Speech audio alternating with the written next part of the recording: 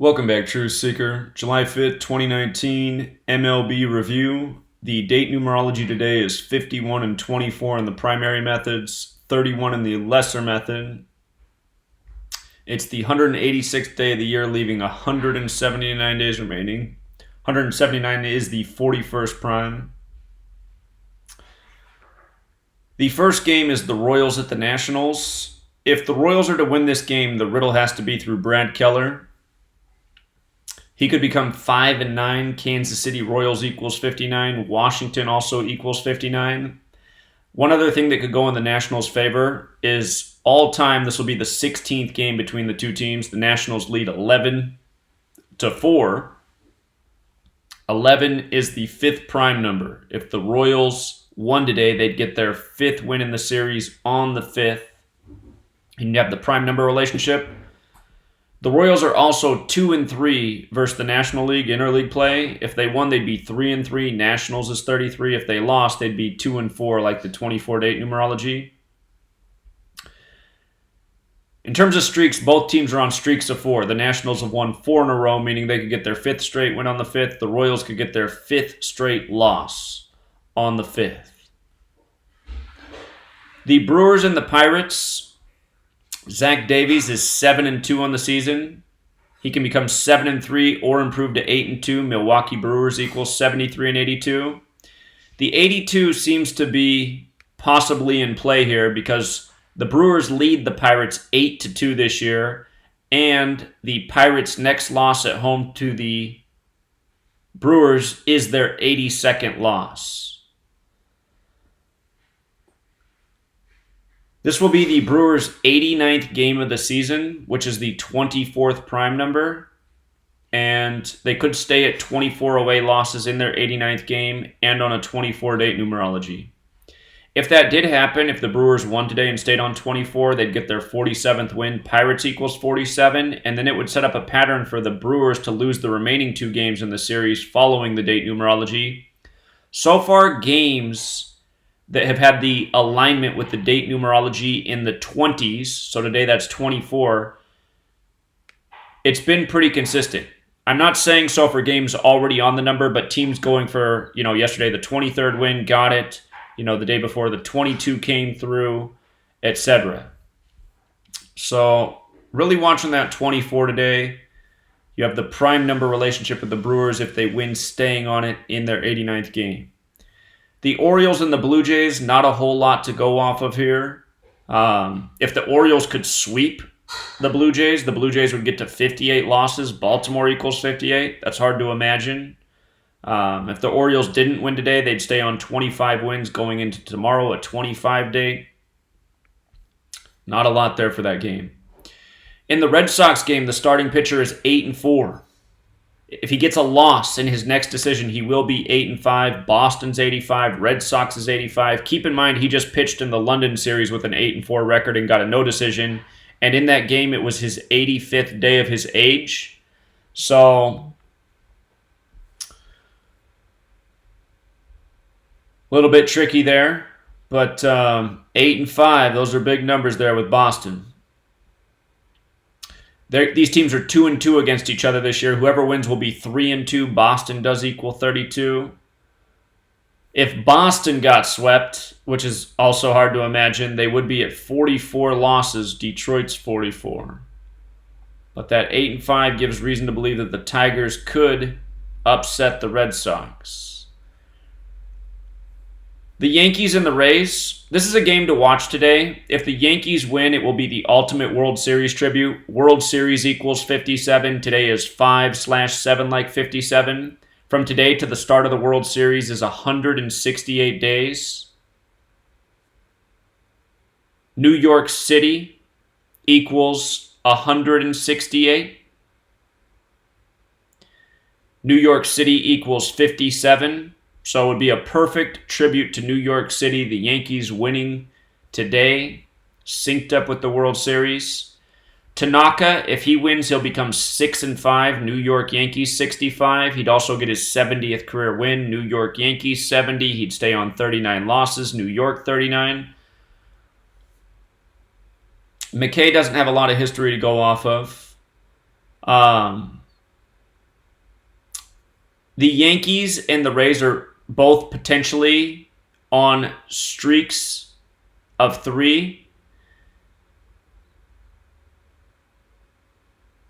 Because today's the 5th, 5 is the third prime. Yankees could win 3 in a row. Rays could lose 3 in a row. Also, this is the 89th game for the Rays, the 24th prime. They could stay on 24 home wins on a 24-date numerology. The only thing going for the Rays is that they could get their 51st win on the 51-date numerology, but that method of the date numerology so far has not been effective. And the time that the 20-something method has, this method has not.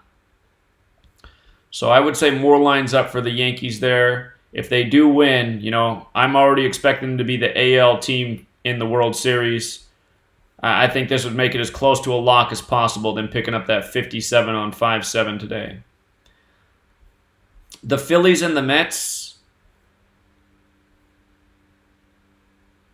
DeGrom can become 5-7. How many games have we tracked this year with the Mets in 57? That's just a number that comes through a lot with the Mets. 57, and today's 5-7.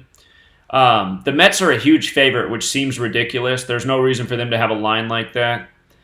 But that 57 in Mets thing is really hard to go against. If Velasquez lost, he'd be 2-6. Philadelphia 101, the 26th prime, like 2-6. If the Mets could win today and tomorrow, they'd have 24 home wins through 89 games. 89, the 24th prime. Tomorrow will be their 89th game. The Marlins have been dominated by the Braves this year. They're 1-8 versus the Braves. If they lost today, they'd be 1-9, kind of like 19 in 2019. Keep in mind, Braves equals 67, the 19th prime. Yamamoto is undefeated so far in his early career. If he lost today, he'd be 3-1. Braves is 31. Teheran, however, is 5-6. He could fall to 5-7. Julio Teheran equals 57 and 69. He could also get his 69th career loss. Atlanta's 69. So that is interesting. But there is definitely some rhyme and reason to the Marlins being 1-9 against the Braves in 2019. One thing that could go in the Marlins' favor is they could stay on 24 away losses on the 24 date. Notice this game's on ESPN, though. ESPN's that 54 network. Marlins can get the 54th loss. ESPN's also 27 and 18. Braves could be 27 and 18 on ESPN. So I'd say more is going in the Braves' favor. The Angels and the Astros. This is the Angels' 89th game, the 24th prime. They can get their 24th away loss on the 24-date numerology. And the Angels have followed the date numerology perfectly since the death of Tyler Skaggs. So I think that does not look good for the Angels there. Looks like they're probably going down today. Felix Pena would fall to 5-3. Los Angeles 53. We've seen that number play a lot with them this year. It is the 5th, 5 the 3rd prime. Pena could also become 8-8 with the Angels in Minute Maid Park 88. And Verlander, the one thing that could go against Verlander is if he lost, he'd be 10-4. Angels is 104. And keep in mind, if he wins, he'll be 11-3, kind of like 113. He joined the Astros for the 113th World Series. They defeated the Los Angeles Dodgers. But you got a double 24 going against the Angels. The prime number and the date numerology.